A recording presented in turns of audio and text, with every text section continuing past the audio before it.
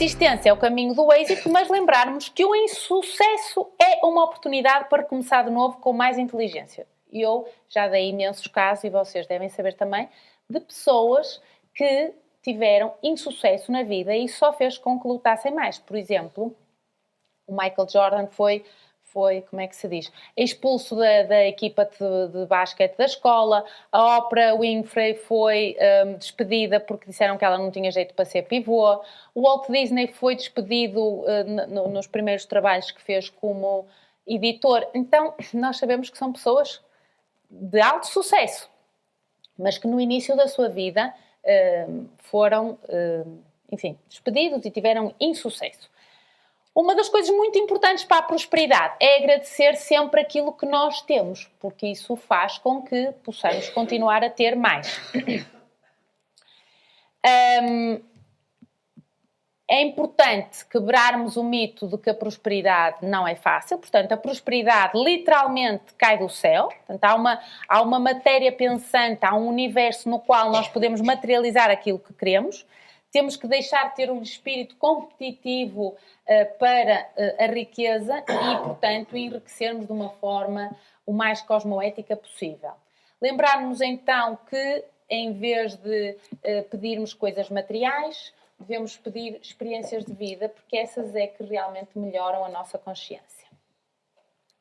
Bom, como outras verdades absolutas, estas que eu sou muito fã, que são do Dr. Miguel Ruiz, que é um médico xamã mexicano, e então ele só escreve um livro que se chama Os Quatro Acordos, no qual ele diz que devemos basear a nossa vida.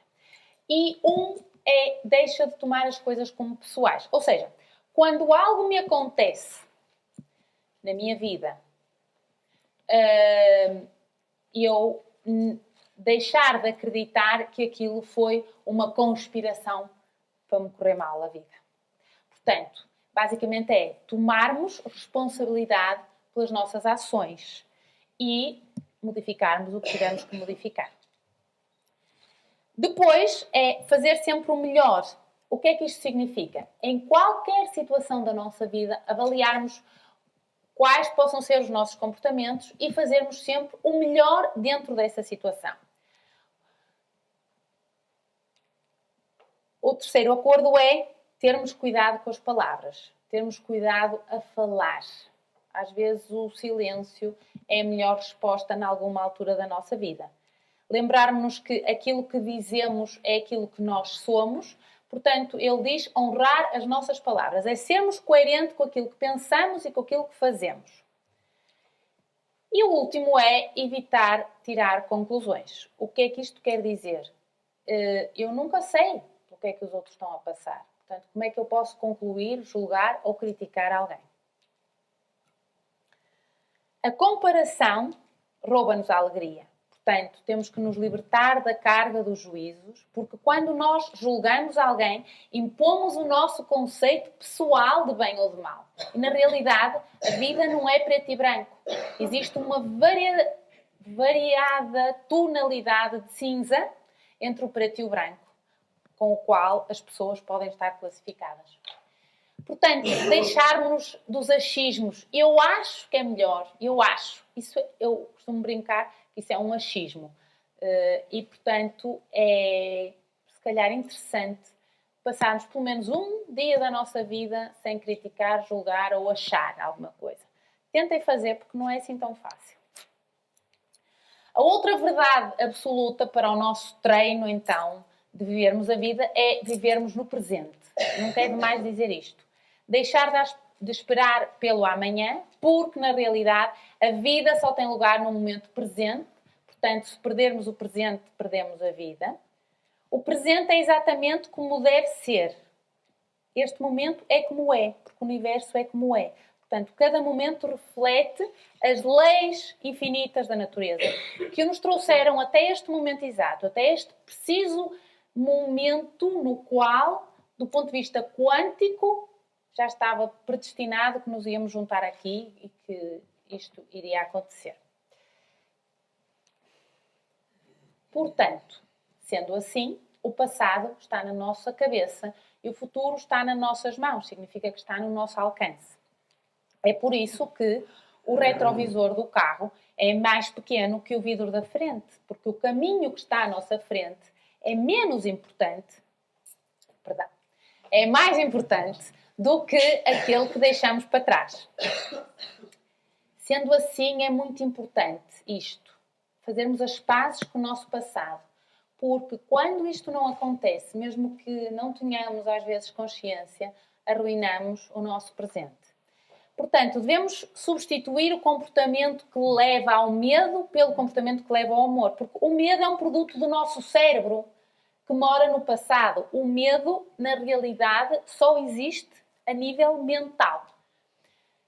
Porque sabemos que o nosso passado foi uma aprendizagem. Portanto, em vez de nós nos revoltarmos contra o passado, devemos agradecer por ele.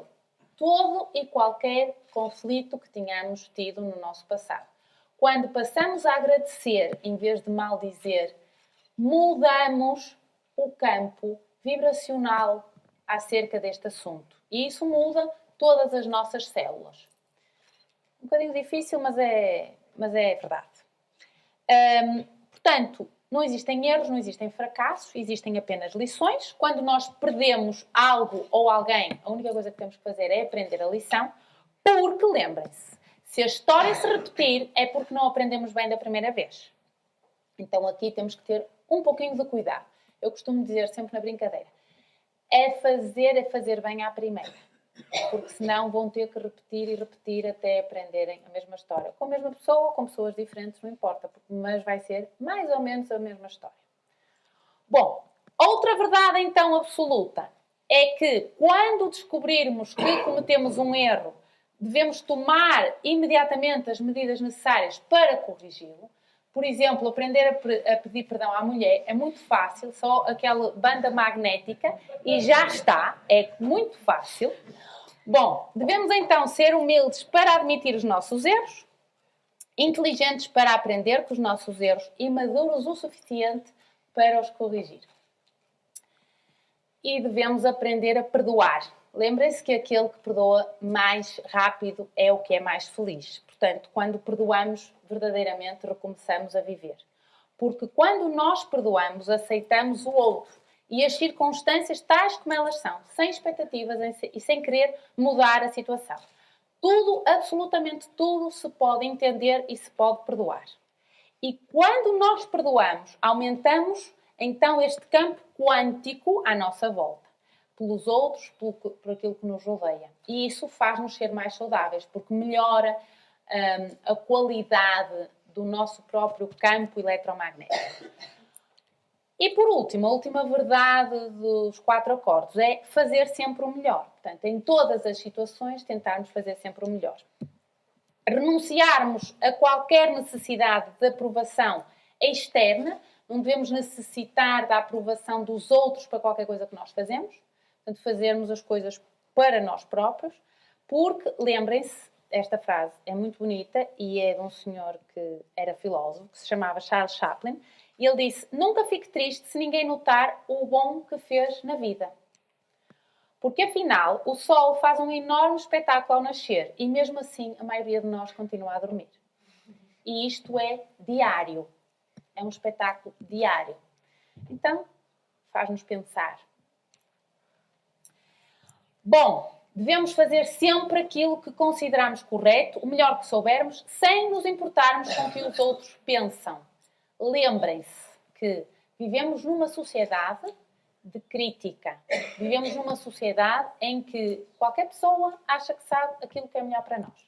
Então, o que os outros pensam não é nosso problema, nem tem por que nos preocupar. E o melhor será não ouvirmos. Só nós próprios é que devemos julgar o nosso valor. E então, quando julgamos o nosso valor, eliminamos os sentimentos negativos, porque estes sentimentos negativos são a reação do nosso corpo a coisas que nós vivemos no nosso passado. Portanto, quando renunciamos a estes sentimentos, como eu já expliquei, cooperamos com o fluxo do universo, com este campo maravilhoso em termos quânticos no qual todos estamos imersos. Enquanto tivermos raiva contra uma pessoa ou contra uma situação, a única pessoa a quem estamos a fazer mal é a nós próprios.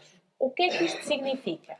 Por exemplo, enquanto eu tenho raiva de alguma coisa do meu passado, por exemplo, a professora primária que me deu uma reguada, vamos supor, isso vai criar um tal campo, porque eu penso, eu tenho aquele pensamento, mesmo que não seja consciente dele. E isto não me deixa ser os 100% daquilo que eu posso ser. Porquê? Porque mesmo que eu não pense naquela pessoa ou naquela situação diariamente, eu tenho arquivado no meu cérebro o conflito a nível do sistema límbico, a nível do cérebro reptil. E isso significa que de vez em quando eu vou me chatear ou irritar com algo ou com alguém que não tem nada a ver com essa pessoa, mas sim com alguma coisa que está do meu passado. Portanto, é muito importante então resolvermos todas estas raivas